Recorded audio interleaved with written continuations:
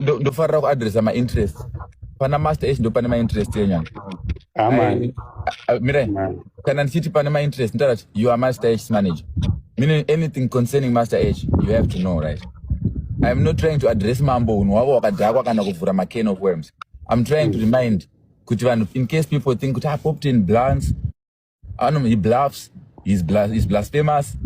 I am repeating, ndakambotaura mambo panapa ndikati imagine dai mambo nasuks musina kuignore DM rangu or maka-communicate between the two of you kuti honai contact Yaxter akafanana namadedido kuJamaica kunoimba zvafanira kuti munhu wese anostada market scene yemuZimbabwe achiuya kunoko anosarudza artist wocollaborata naye. I don't think kuti angasarudza Winky D because anenge achitarisa time. Pane anonzi magenerations, generation yaWinky iyi generation X ndo vanhu vaisa masignature vachidai, kuita generation Y ndo yedu, iyi generation Z. Saka ndinotongoimba napresident Rana Rules hapana because kana ndiri munhu anoona kumberi ndinonoimba naRana Rules nondoziva kuti zvichalasta.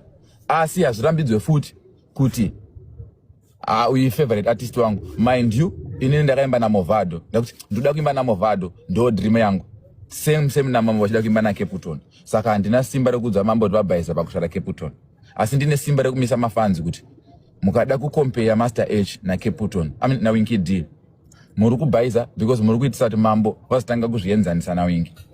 Ende dambudziko randakaadresa kuti randakaona ngeimi mama kuti ndekuti pandakafamba nemi kuenda kushow, pane show yamama kunzi Chiburukai, and the show yemakadhonza time. I was so uncomfortable nazvo kuti these are my guys, they are now messing this brand mu industry. Ma promoter should not cry kuti ana Master H vakukura musoro, ana Master H vachadoburuka pa stage, ana Master H vachatsiurike. It was too early for me to notice that, because if you remember very well ndikutara album launch ra Saint Flow rekuti munotozviziva memo kuti hamutofarire mutarisi ndosaka magarisira pa stage.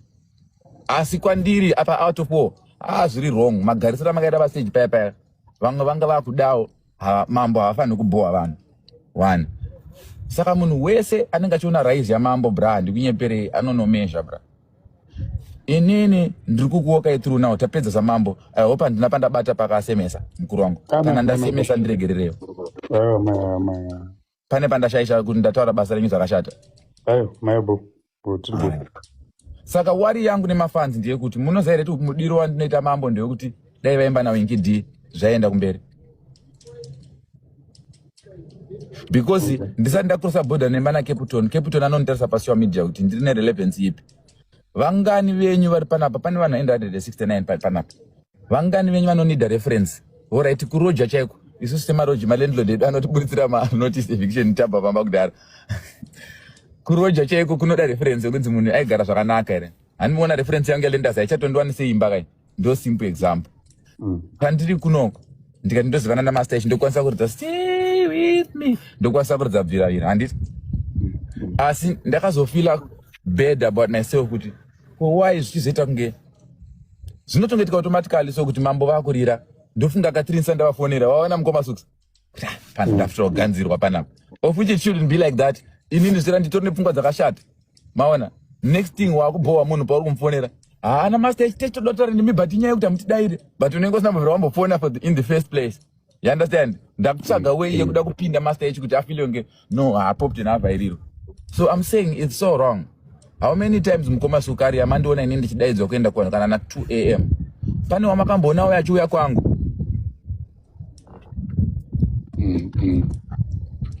Saka bitterness andikutaura naye ndiye munhu anopa asingapiwe guys. Simple question. Makaita how many years muchishuta Master H nekamera yangu? How many years muchirecorda Master H le studio yangu? Before maita yenyu? For as long as maishanda na SAP. Did he tell you that was my camera? Nandizoziva ndaibhadhara. Remember, I pay services. Exactly. As a businessman, and do you know, but I went to Nash TV and I was forced to put Nash on his song because he said he owns the studio. It's his studio, it's his cameras. Saka, either I paid or not, he wants the services. Is that fair? Yeah, I really cannot answer for him, but zvandiri kufunga nditi kana kuti what I've been observing pamamuchita malaivi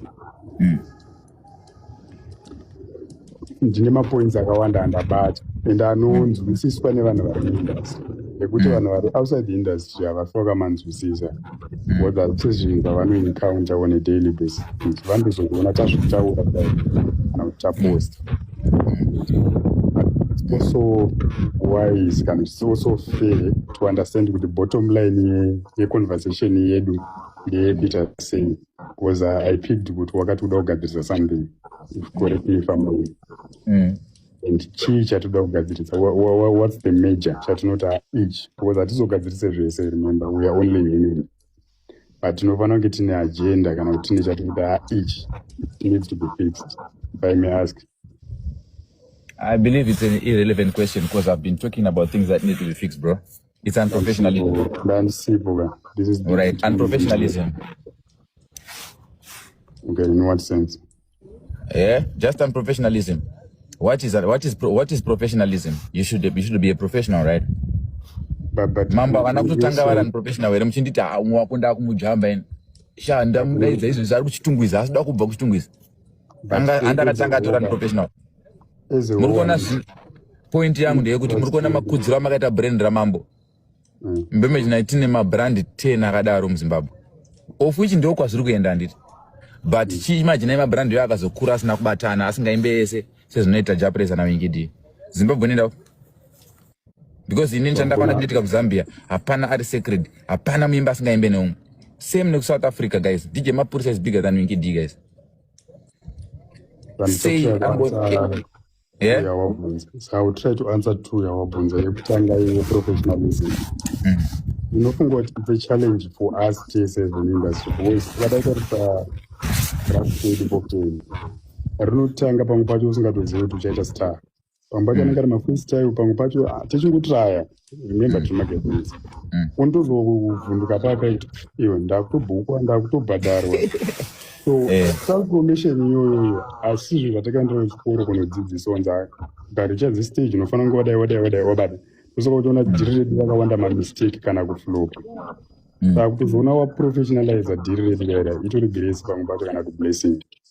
Ndombura musari maida next answer. Ndombura kuwedzeredza ipapo. Ndiri kunyebera kuti mazuva makatanga kuita professional namambo makatombobukwa sezvandiri kuitwa izvo.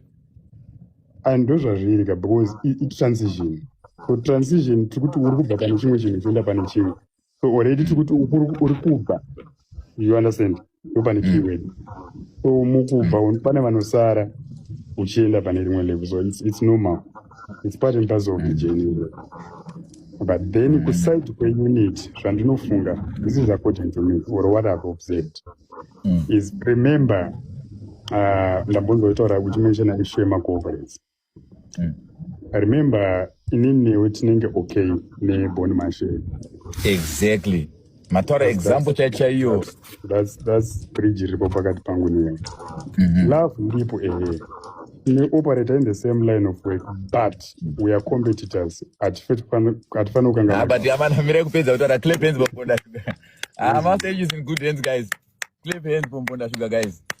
This is what we call professionalism. This is what we call being a man. This is what we call being a manager. This is what we call action. You get me? This is what we call kupedza. This is how to talk. Pavarume. Unotaura mafacts. What defend the facts? Anyway, you may continue, General. Okay, so now Andrew, kashoma kuti ndione pawagona ndokuomberera and ndefara 100% because ndiri kufila kuti samwe ndinofanira kunge ndine zvaitwa napo kuti and haisi mhosva yako kana mhosva yangu because if you check from ku-ECD kana ku-grade 1 takadzidziswa kunzi kana usiri number 1 wafoira. Ndo mentality yatinayo kutoti ungekasanda pa number 1 trending nofunga kuti ndatadza life ndakundikana nyangwe ndiri munumber 10 handikwanisi kunzwisa kuti maya ndagadzira playlist ndingofila kunge ari pa number 1 aitirwa zvakanaka kudarika inini kana kuti pane sabotage yaitika. That's how we were brought. ndosoka uchiona kazhinji kacho tinonetsana but handifungo zviri necessary but hazvifikisike also because ukatarisa graph maybe it's a borrowed thing basa redu zvaka tikutozvitorawo kustates tikutozvitora kujamaica tikuzvitora ndokuda kubata ipapo saka kana tiri kutora zvakawanda doesn't that make us a hotpot? Everybody say hotpot culture, hot pop culture, hot pop culture. You see, like I've got the solution. Everybody, hot pop culture, hot pop culture, hot pop culture. Now it's no longer borrowed. Zimbabweans are children of unity. People come into Zimbabwe, they seed, they make children, we glow. In come Anita Jackson, in come Pop Chain, in come Kemsi Campton, in come Tien Kamikaze, in come Master H, Major Azzy, Dollar B, Killer T, Winky D, Ja Praiser. Yo, hot pop culture, hot pop culture, hot pop culture, hot pop culture. You may continue, sire. Alright, abo saka ndandingofunga kuti hangu at some point pane patinosvika boiling point as human tombofunga kuti ndingandidherera afana kuziva chokwadi it's been long which is fine but pane pamwe pekuti pane kainsurance maudziwa atoriko for a reason pane marauns atakapinda unoziva upo kuti mamwe acho waitongoshamsika tichingodzindira but zvasiri fair inongodzindira zanyanga uchirwadza unongozati hapana reason yatakaitira masina aya popteni ipashoni tikada kucalculata patakaisa mari nepayakabvira toona kuti payakaiswa pakawanda ndomboramba kubata ipapo mukuru wangu pari panyaya yekuisa mari zvinorwadza sei kuenda kujamaica kushandisa private jet kudii zveni woburitsa song nevhidhio rako vanhu votanga kudzidzisa vasati vatombopa kana 1 week rekuteerera just to listen and to appreciate the effort before the talent. Zvinoita sei kuna mambo chimbondiudziraiwo vanhu kunyanya vevigilance ini ndichataura kuti vevigilance but imimi mitai vanhu zvinokufilisai sei pamunoisa effort pamaworks because so far you are the biggest brand in Zimbabwe according to me, work wise, work ethic, production value. Master H is the biggest brand according to me because he's not making AI videos. Zvinorwadza sei? Wakambonzwa songo ya pane songo yamachese kuti handei mberi tipe vanhu kudya kwenzeve. Anotaura kuti aiwe isusu kwedu kubvonga zvekuti zvikutapira kana zvikushata ndezvevanhu. Why ndo vataimbira? That's number one. Number two, inodzoka paya patachiti we are competitors. But we are competitors. Ugonzisa zvandutaura. Saka zviriko even kwauriko kuzvitoriko zvemaclan zvekuti clan rana nhingi even vasati vateerera vachingoona release date vanotoita gadha kuti vachidhona. Mbondiblokere vanhu vakanzi Gafa Life ava uwe wekutanga uyu akanzi Gafa Life zvimomublokai. So far we're such a comment about Winky D mubloke nokuti ndo vanhu ndisiri kuda. I don't want Winky D fans in hotpot couch. Ndiri kuda vanhu vari hungry for unity. Ndikuda vanhu vasingazoti kana inini ndaita artist wotanga ngoti pop tenjeti vachindirwisanisa nana Master H. Saka blokai vese vakanzi Gafa Life, blokai vese varifunga kuti vigilance iri kuatako nokuti ndo vanoitisa kuti munhu yakure musoro. Blokai ngaawande mazita, nyorai kuti Winky D chibaba tibloke, nyorai kuti Gafa tibloke because